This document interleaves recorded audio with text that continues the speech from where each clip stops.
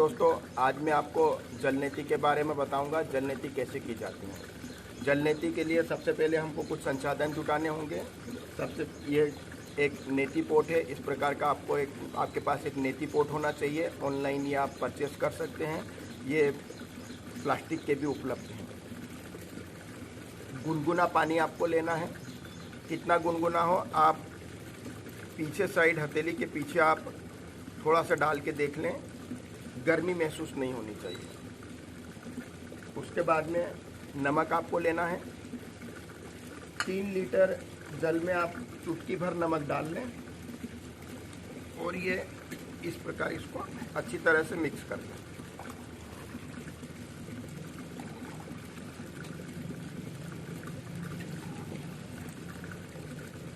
जल नीति करते समय कुछ सावधानियों आपको रखनी पड़ेंगी। मुंह हमेशा आपका खुला रहे। श्वास प्रश्वास मुंह की तरह से चालू रहेगा।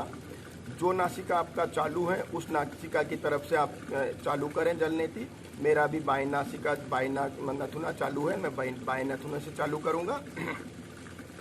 पानी बहुत ज़्यादा गर्म नहीं होना चाहिए। नमक की मात्रा अधिक नहीं होना चाहिए। नीति पोर्ट बर्तन ये सभी साफ सुथरे होना चाहिए जल, ताकि संक्रमण की किसी प्रकार की कोई स्थिति ना रहे।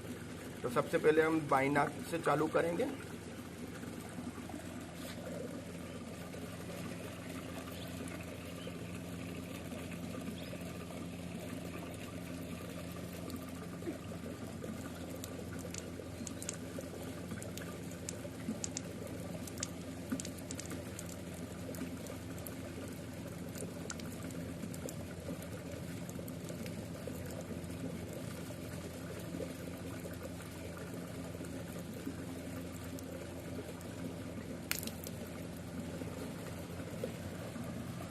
इसी प्रकार से अब आप दाईं नाक से कर सकते हैं। जल नीति करने के लिए इस प्रकार आसन में बैठ के कर सकते हैं। इसके अलावा जिनको घुटने में प्रॉब्लम है, घुटने की समस्या है, वो खड़े होके कर सकते हैं, या मैंने जैसे आपको स्टूल पे बैठ के बताया उस प्रकार कर सकते हैं। खड़े होके जब आपको करना है तो थोड़ा सा आपको बॉडी को आगे की तरफ झुकाना है और फिर इस प्रकार से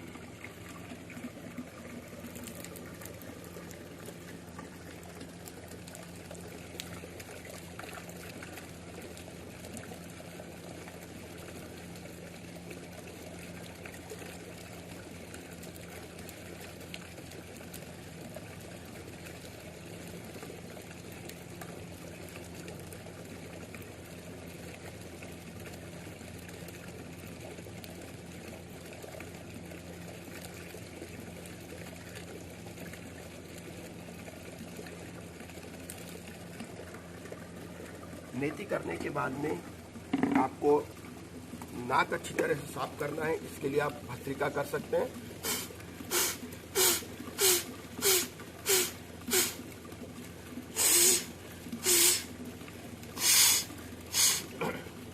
साफ रुमाल या तौलिया से आप अच्छी तरह से पोंछ लें। नीति क्रियाएं हटियोग या षटकर्म के अंदर आती हैं। नीति मूल रूप से 5 प्रकार से की जाती हैं। जल नीति, तेल नीति, घृत नीति, सूत्र नीति और दुग्ध नीति। शरीर की शुद्धिकरण के लिए हम इन क्रियाओं का उपयोग करते हैं। नासिका पथ को साफ करने के लिए जल नीति का उपयोग किया जाता है।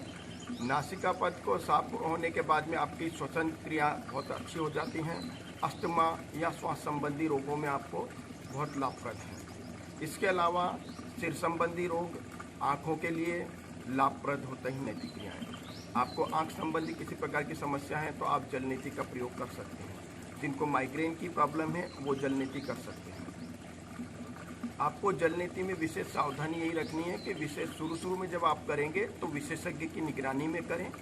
शुरू में जब आप करेंगे तो आपको हो सकता है कि नासिका से पूरा जल बाहर ना आए, और दूसरी बात के सिर में जब पानी चढ़ जाता है तो सिर एकदम बहुत भारीपन महसूस होगा, लेकिन उसको डरने की आवश्यकता नहीं है। कई बार आदमी सोचता है कि सिर के ऊपर पानी निकल गया, सिर के अंदर पानी चला गया, कान के अंदर पानी चला गया। जल प्रवाह के विपरीत नहीं जाएगा, तो आपको उसमें डरने की आवश्यकता नहीं है। और जब आप करने के लिए धीरे धीरे आपका अभ्यस्त हो जाएंगे तो आप एक लोटा इस नाक से एक लोटा उस नाक से आसानी से डाल सकते हैं। आप प्रतिदिन इसका अभ्यास कर सकते हैं। सर्दी के दिनों में आप इसका अभ्यास कम करें, और अगर रेगुलर आप अभ्यास डेली आप रोज़ के रूटीन में आपका अभ्यास आ जाता है तो आप रोज़ कर सकते हैं, चाहे सर्दी हो चाहे गर्मी हो। मैं विगत 3 सालों से लगातार जल नीति का अभ्यास कर रहा हूँ। मुझे किसी प्रकार की सर्दी या श्वास संबंधी रोग नहीं है। आप भी इसका उपयोग अभ्यास करें और जल नीति का लाभ लें। जय हिंद, जय भारत।